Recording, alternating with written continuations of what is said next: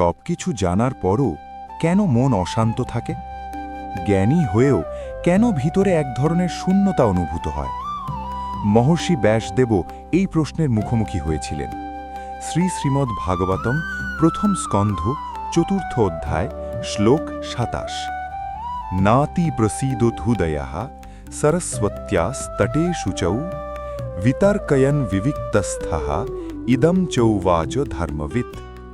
অনুবাদ: হৃদয়ে অপ্রসন্ন হয়ে মহর্ষি সরস্বতী নদীর তীরে পবিত্র স্থানে একাকী বসে গভীরভাবে চিন্তা করতে লাগলেন।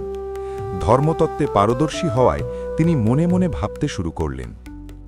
ব্যাখ্যা: এই শ্লোকে ব্যাসদেবের অন্তরের অবস্থা প্রকাশ পেয়েছে। তিনি সব শাস্ত্র রচনা করেও সন্তুষ্ট হতে পারেননি। তাই তিনি একান্তে বসে নিজের অন্তরের কারণ খুঁজতে শুরু করেন। এই আত্ম অনুসন্ধানই তাকে পরবর্তীতে আরও উচ্চতর আধ্যাত্মিক সত্য উপলব্ধি করতে সাহায্য করে।